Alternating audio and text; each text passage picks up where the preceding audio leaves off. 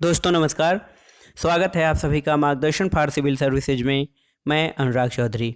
दोस्तों, राजनीति विज्ञान में आज हम पढ़ेंगे न्याय की संकल्पना और इसके विविध आयाम।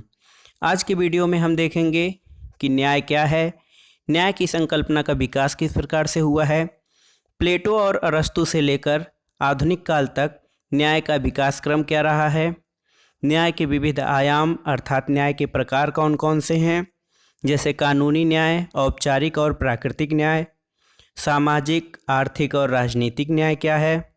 इसके अलावा न्याय का प्रक्रियात्मक न्याय सिद्धांत क्या है और इसकी विशेषताएं, और तात्विक न्याय और इसकी प्रमुख विशेषताएं क्या हैं। तो आइए शुरू करते हैं। न्याय उन्नतशील सभ्यता का आवश्यक अंग है। न्याय की संकल्पना प्राचीन काल से ही राजनीतिक चिंतन का महत्वपूर्ण विषय रही है। प्रत्येक राज्य के लिए न्याय की उचित व्यवस्था करना एक अनिवार्य कार्य है। समुचित न्याय व्यवस्था पर ही कानून का अस्तित्व निर्भर करता है और कानून के अस्तित्व पर ही राज्य में शांति व्यवस्था तथा अस्थायित्व कायम रह सकता है। न्याय मानव व्यवहार से संबंधित एक शाश्वत मानदंड तथा मानव मूल्यों पर आधारित एक विश्वव्यापी अवधारणा है। न्याय की संकल्पना का विकास अत्यंत प्राचीन काल से हुआ है। प्राचीन यूनानी विचारक प्लेटो ने अपनी पुस्तक रिपब्लिक में न्याय के सिद्धांतों का विस्तृत विवरण दिया है। न्यायपूर्ण व्यवस्था के लिए प्लेटो ने स्वीकार किया है कि मानवीय आत्मा में 3 तत्व होते हैं: विवेक, साहस और तृष्णा। इसी आधार पर उसने राज्य में 3 वर्ग को स्वीकार किया है: विवेक की प्रधानता वाला वर्ग शासक वर्ग, साहस की प्रधानता वाला वर्ग सैनिक वर्ग तथा तृष्णा की प्रधानता वाला वर्ग उत्पादक वर्ग कहलाता है। शासक वर्ग, सैनिक वर्ग और उत्पादक वर्ग, ये जो न्याय के अवस्था के लिए मानवीय आत्मा में 3 तत्व होते हैं, उनकी अधिकता के आधार पर इन तीनों वर्गों का अस्तित्व होता है। यानी विवेक की अधिकता वाला वर्ग शासक वर्ग, साहस की अधिकता वाला वर्ग सैनिक वर्ग तथा तृष्णा की अधिकता वाला वर्ग उत्पादक वर्ग कहलाता है। प्लेटो का मानना है कि जब ये तीनों वर्ग निष्ठापूर्वक अपने कार्यों को करेंगे तथा अन्य लोगों के कार्यों में हस्तक्षेप नहीं करते हैं, तो ऐसी व्यवस्था को न्यायपूर्ण व्यवस्था कहा जाता है। प्लेटो के अनुसार प्लेटो न्याय का विवरण देते हुए कहते हैं कि न्याय मानव आत्मा की उचित अवस्था तथा प्राकृतिक मांग है। न्याय मानव आत्मा की उचित अवस्था तथा मानव स्वभाव की प्राकृतिक मांग है। अपने निश्चित स्थान पर अपने कार्यों को करना तथा दूसरे के कार्यों में हस्तक्षेप न करना ही न्याय है। इस प्रकार अपने कर्तव्य का पालन करना मनुष्य का धर्म है और यही न्याय है। तो एक प्रकार से देखा जाए तो प्लेटो कहते हैं कि एक वर्ग द्वारा पूरी निष्ठा के साथ अपने कार्यों को करना और दूसरे वर्ग के कार्यों में हस्तक्षेप न करना न्याय है। अर्थात प्लेटो का जो न्याय है वो नैतिकता के काफ़ी करीब है और कर्तव्य पालन की भावना से संबंधित है। जो प्लेटो का न्याय सिद्धांत है ये मूल रूप से कार्य विशेषीकरण पर आधारित है। चूँकि प्लेटो के न्याय संबंधी विचार जो हैं वो आधुनिक न्याय संबंधी विचारों से भिन्न हैं। प्लेटो का जो समय था उस समय उसने न्याय की जो विवेचना की तत्कालीन परिस्थितियों के अनुसार तो वो सही थी, लेकिन जो उसकी न्याय संबंधी विचारधारा थी वो आधुनिक न्याय संबंधी विचारधारा से पूरी तरह से अलग है। प्लेटो ने न्याय को कर्तव्य भावना पर आधारित नैतिक स्वरूप की बात की थी, परंतु वर्तमान में न्याय का मूल आधार कानून है और यह अधिकारों पर आधारित है। प्लेटो के बाद न्याय के विषय पे विशद विवेचन करने वाला विचारक अरस्तु रहा है। अरस्तु ने न्याय के संबंध में अपना विचार देते हुए प्लेटो से पूर्णतया अलग दृष्टिकोण अपनाया है। अरस्तु कहता है कि कानून न्याय का आधार है तथा कानूनों का पालन करना न्याय है। जहाँ प्लेटो कर्तव्य पालन को न्याय की संज्ञा देता है, वहीं अरस्तु व्यवहारिक रूप में आकर कहता है कि न्याय क्या है। उसके अनुसार कानून ही न्याय का आधार है और कानूनों का पालन करना न्याय है। इसके साथ ही नागरिकों के बीच न्याय का वितरण उनकी योग्यता तथा गुणों के आधार पर किया जाना चाहिए। अरस्तु ने स्पष्ट किया कि न्याय की अवहेलना क्रांति को जन्म देती है। उचित न्याय के अभाव में अस्थायित्व तथा अव्यवस्था उत्पन्न होती है। ऐसा ही विचार आधुनिक युग में न्याय के संबंध में दिया गया है। आधुनिक युग में न्याय की अनेक धारणाएं प्रस्तुत की गई हैं। डेविड ह्यूम, जो कि न्याय संबंधी विचारधारा के प्रमुख विचारक हैं, उन्होंने माना है कि न्याय का अर्थ नियमों का पालन करना मात्र है। डेविड ह्यूम का मानना है कि न्याय का अर्थ केवल नियमों का पालन मात्र है, जबकि उपयोगितावाद के समर्थक जेरेमी बेंथम ने माना है कि सार्वजनिक वस्तुओं तथा सेवाओं का वितरण उपयोगिता के आधार पर होना चाहिए। बेंथम या उपयोगितावादियों का मानना है कि अधिकतम व्यक्तियों का अधिकतम सुख निहित होने पर ही न्याय हो सकता है, और जहां पर यह व्यवस्था कायम हो कि अधिकतम व्यक्तियों का अधिकतम सुख, वही न्यायपूर्ण व्यवस्था होगी। लेकिन इसके साथ ही न्याय के उपयोगितावादी विचार को पूरी तरह से स्वीकार नहीं किया जा सकता है। यह इसलिए क्योंकि उपयोगितावादी विचार बहुसंख्यक वर्ग के अधिकतम हितों की बात करता है, और इस प्रकार से यह अल्पसंख्यक वर्ग को उतना महत्व नहीं देता है, जबकि न्याय की अवधारणा में कोई वर्ग छूटना नहीं चाहिए, तभी वो न्याय कहा जाएगा। वर्तमान में न्याय के केवल उसी संकल्पना को स्वीकार किया जा सकता है जिसका निर्माण जीवन के सामाजिक, राजनीतिक तथा आर्थिक यथार्थ को सामने रखकर किया गया हो। तो प्राचीन काल से लेकर न्याय की संकल्पना का विकास किस प्रकार से हुआ है, ये हमने देखा है। तो आइए अब देखते हैं न्याय के विविध आयाम क्या हैं। न्याय के विविध आयाम यानी इसमें हम देखेंगे न्याय के विभिन्न प्रकार क्या हैं: कानूनी, औपचारिक और प्राकृतिक न्याय। न्याय की वर्तमान धारणा कानून पर आधारित मानी जाती है तथा न्याय की अभिव्यक्ति कानून के द्वारा होती है। जब दो पक्षों के परस्पर विरोधी दावों का फैसला करने तथा व्यक्ति के दायित्व या अधिकार निर्धारित करने के लिए प्रचलित कानून के अनुसार न्याय किया जाता है, तो उसे कानूनी न्याय कहते हैं। कानूनी न्याय में होता यह है कि ये इसमें कानून को ही सबसे बड़ा प्रमाण मानकर उसे निष्पक्ष भाव से लागू किया जाता है, इसलिए इसे औपचारिक न्याय भी कहा जाता है। कानूनी न्याय को ही औपचारिक न्याय की संज्ञा भी दी जाती है, क्योंकि जो कानूनी न्याय होता है इसमें विधि को ही सबसे बड़ा प्रमाण मान लिया जाता है और निष्पक्ष रूप से उसे लागू कर दिया जाता है, इसलिए इसे औपचारिक न्याय भी कहा जाता है। अब आइए देखते हैं प्राकृतिक न्याय क्या है।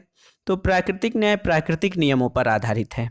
प्राकृतिक न्याय, जैसा कि इसके नाम से ही स्पष्ट है, यह प्राकृतिक नियमों पर आधारित है। जब कानून अस्पष्ट तथा मौन हो जाए और कानूनों के आधार पर न्याय की प्राप्ति संभव नहीं हो पाए, तो वहाँ प्राकृतिक न्याय का सहारा लिया जाता है। प्राकृतिक न्याय जो हैं ये मानव की तर्क, बुद्धि और विवेक पर आधारित सार्वभौमिक नियम होते हैं। तो प्राकृतिक न्याय की संकल्पना कानूनी न्याय के बाद की आती है। कानूनी या औपचारिक न्याय जो है उसके बाद आती है। जहाँ पर कानूनी न्याय मौन हो जाता है वहाँ पर प्राकृतिक न्याय का सहारा लिया जाता है, और जो प्राकृतिक न्याय है ये मानव की तर्क, बुद्धि और विवेक पर आधारित सार्वभौमिक नियम हैं। दूसरा है सामाजिक, आर्थिक और राजनीतिक न्याय। सामाजिक, आर्थिक और राजनीतिक न्याय को किस प्रकार से हम देखेंगे, तो आइए इसको देखते हैं। पहले देखते हैं आर्थिक न्याय। आर्थिक न्याय का तात्पर्य है कि सभी व्यक्तियों के आर्थिक हितों की रक्षा तथा उनकी न्यूनतम आवश्यकताओं की पूर्ति हो। आर्थिक जो न्याय है उसका जो मुख्य उद्देश्य है सभी व्यक्तियों के आर्थिक हितों की रक्षा तथा उनके न्यूनतम आवश्यकताओं की पूर्ति। इसके अलावा अगर जो दो व्यक्ति हैं समान कार्य कर रहे हैं तो उनको समान वेतन भी मिले, और सभी व्यक्तियों को अपने योग्यता तथा परिश्रम के आधार पर उचित लाभ मिले। और जो सबसे बड़ी बात है आर्थिक न्याय की, वो ये है कि संपन्न वर्ग द्वारा दुर्बल वर्ग के हितों का शोषण न किया जाए, या संपन्न वर्ग द्वारा दुर्बल वर्गों का शोषण न हो। ऐसी व्यवस्था आर्थिक न्याय की व्यवस्था कही जाती है। अब आइए देखते हैं राजनीतिक न्याय क्या है। राजनीतिक न्याय का अर्थ है कि जो सार्वजनिक नीति निर्धारण जो होता है उसमें सभी को प्रत्यक्ष भागीदारी का अवसर मिले।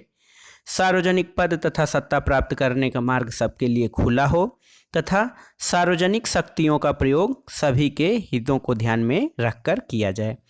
राजनीतिक न्याय सार्वजनिक नीति निर्धारण में सभी को प्रत्यक्ष भागीदारी, इसके अलावा सार्वजनिक पद तथा सत्ता के जो पद हैं उसको प्राप्त करने का सभी का अधिकार हो और जो राजनीतिक शक्तियां हैं उनका प्रयोग सभी के हितों के ध्यान में रखकर किया जाए।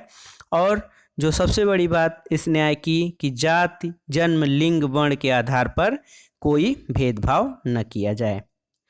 सामाजिक न्याय की अवधारणा आइए देखते हैं। सामाजिक न्याय क्या है? तो सामाजिक न्याय का अर्थ है समाज के विभिन्न व्यक्तियों तथा विभिन्न वर्गों को अपने विकास के समान अवसर दिए जाएं।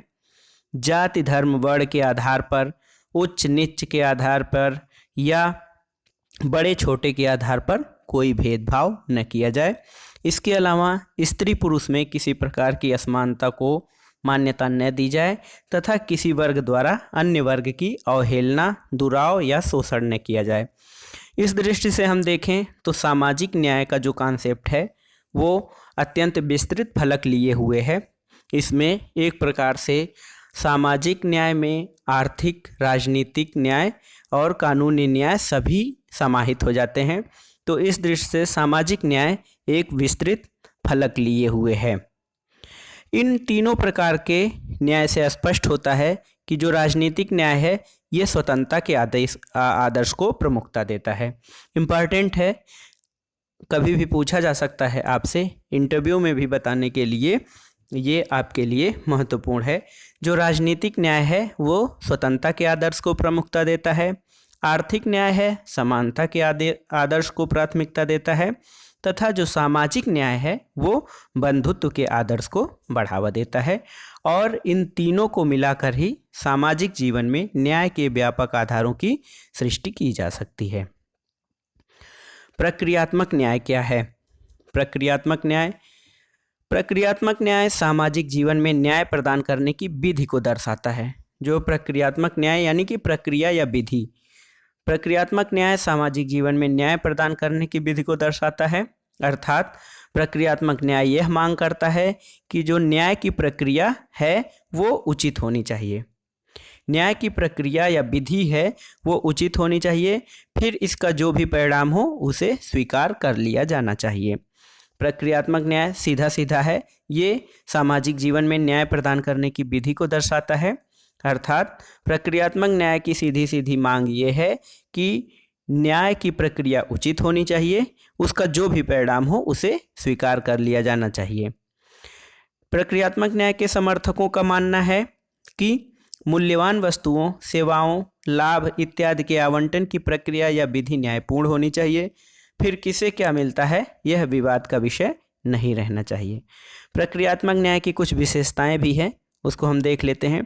पहली विशेषता है प्रक्रियात्मक न्याय की धारणा उदारवाद के साथ जुड़ी हुई है।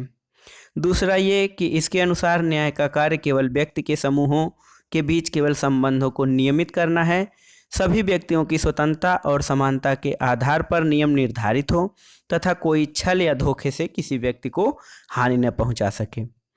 तीसरी विशेषता है प्रक्रियात्मक न्याय की कि यह बाजार व्यवस्था को मानव व्यवहार के नियमों का प्रमाण मानता है। इसके अलावा प्रक्रियात्मक न्याय का जो चौथी विशेषता है वो ये है कि जाति, धर्म, क्षेत्र, त्वचा, रंग, भाषा, संस्कृति के आधार पर मनुष्य के बीच किसी प्रकार के भेदभाव का अभाव होना चाहिए। और ये जो प्रक्रियात्मक न्याय है यह किसी प्रकार के विभेद का विरोध करता है और समाज में सभी मनुष्यों के समान गरिमा को स्वीकार करने के लिए यह एक महत्वपूर्ण सिद्धांत है। प्रक्रियात्मक न्याय की जो पांचवी प्रमुख विशेषता है वो ये है कि बाजार अर्थव्यवस्था को आदर्श यह सिद्धांत मानता है जिसके अनुसार सबके लिए समान नियम बना देने पर भी सभी मनुष्य अपने संबंधों को परस्पर न्यायपूर्ण ढंग से समायोजित कर लेंगे। अर्थात यह इस प्रक्रिया में सरकार के हस्तक्षेप की कोई ज़रूरत महसूस नहीं करता है। प्रक्रियात्मक न्याय यह मानता है कि जो भी नियम होंगे उसके अनुसार व्यक्ति अपने लिए न्याय या अपने व्यक्तित्व विकास के अवसर सृजित कर लेंगे और एक प्रकार से यह हस्तक्षेप की नीति को मान्यता देता है जिसके अनुसार मनुष्य स्वयं विवेकशील है और महत्वपूर्ण करता है, इसलिए राज्य के हस्तक्षेप की कोई आवश्यकता नहीं है। इसके अलावा प्रक्रियात्मक न्याय की एक प्रमुख विशेषता है, इसके प्रमुख समर्थकों में Herbert Spencer, A.F. Hayek, Milton Friedman और रॉबर्ट नाजिक हैं। जॉन रॉल्स ने भी अपने सिद्धांत को प्रक्रियात्मक न्याय माना है, लेकिन अंत में वो तात्विक न्याय की बात करता है। जॉन रॉल्स का न्याय सिद्धांत हम पढ़ चुके हैं, उसमें जॉन रॉल्स अपने सिद्धांत को प्रक्रियात्मक न्याय तो मानते हैं, लेकिन उसके आधार पर वो तात्विक न्याय की बात करते हैं। तो आइए देखते हैं तात्विक न्याय क्या है। तात्विक न्याय का सिद्धांत प्रक्रियात्मक न्याय के विपरीत है। तात्विक न्याय यह मांग करता है कि न्याय से उचित उद्देश्य की पूर्ति होनी चाहिए, इसके लिए उसकी प्रक्रिया में आवश्यक समायोजन या बदलाव किया जा सकता है। प्रक्रियात्मक न्याय जहाँ पे केवल एक विधि या प्रक्रिया की बात करता है कि एक निश्चित प्रक्रिया के तहत न्याय होना चाहिए, उसके बाद किसको क्या मिलता है यह महत्वपूर्ण नहीं है। लेकिन तात्विक न्याय कहता है कि न्याय से उचित उद्देश्य की पूर्ति होनी चाहिए, इसके लिए उसकी प्रक्रिया में आवश्यक समायोजन या बदलाव भी किया जा सकता है। तात्विक न्याय के समर्थकों का मानना है कि समाज के संपूर्ण सामाजिक संपदा उत्पादन के साधनों तथा लाभों का वितरण न्यायपूर्ण होना चाहिए। आर्थिक जीवन में खुली प्रतिस्पर्धा से विषमताओं का उत्पन्न होना स्वाभाविक है, इसलिए न्याय का मूल उद्देश्य इन्हीं सामाजिक आर्थिक विषमताओं को दूर करना है। प्रक्रियात्मक न्याय केवल प्रक्रिया की बात करता है, उसके बाद किसको क्या मिलेगा यह उसका मुद्दा नहीं है। लेकिन तात्विक न्याय यह कहता है कि खुली प्रतिस्पर्धा से विषमताएं होनी स्वाभाविक है, इसलिए न्याय का मूल उद्देश्य जो होना चाहिए सामाजिक आर्थिक विषमताओं को दूर करना। इसके द्वारा उन व्यक्तियों या समूहों के हितों की रक्षा के लिए आवश्यक प्रबंध करना होगा ताकि आत्मविकास संभव हो सके। वस्तुतः तात्विक न्याय सामाजिक न्याय की प्राप्ति करना चाहता है। जो तात्विक न्याय है ये सामाजिक न्याय की प्राप्ति करना चाहता है। और सामाजिक न्याय की मांग क्या है? सामाजिक न्याय की मांग है कि सामाजिक विकास के लाभ इन्हें गिने हाथों में न रहकर संपूर्ण समाज के लिए होने चाहिए, अर्थात जो समाज का अभावग्रस्त, दीनहीन, वंचित और कमज़ोर तबका है उन तक जो सुविधाएं हैं उसका लाभ पहुँचे। तो दोस्तों आज के वीडियो में हमने देखा न्याय क्या है, इसकी संकल्पना क्या है, विकास क्रम इसका कैसे है और न्याय के विविध आयाम क्या हैं। तो राजनीति विज्ञान का यह चैप्टर आपके लिए लाभदायी होगा। BA करने वाले छात्रों के लिए जो राजनीतिक सिद्धांत का चैप्टर है उसके लिए भी, तो और किसी भी अगर जो आप राजनीति विज्ञान विषय के साथ किसी मुख्य परीक्षा में शामिल होते हैं या फिर इंटरव्यू में न्याय से संबंधित कोई प्रश्न कभी कभी पूछ लिया जाता है, सामाजिक आर्थिक राजनीतिक न्याय क्या है या सामाजिक न्याय क्या है, इसकी अवधारणा क्या है, तो इस मुद्दे पर भी मैं सोचता हूँ कि आप इस वीडियो से लाभ प्राप्त करेंगे और आपको सामान्य सी जानकारी तो हो ही गई होगी। इसके अलावा इसका जो PDF है हम डिस्क्रिप्शन बॉक्स में लिंक दे देंगे, आप वहाँ से डाउनलोड करके इसको निकाल लीजिएगा प्रिंट आउट, वहाँ से भी पढ़ सकते हैं। वीडियो देखने के लिए धन्यवाद। नमस्कार।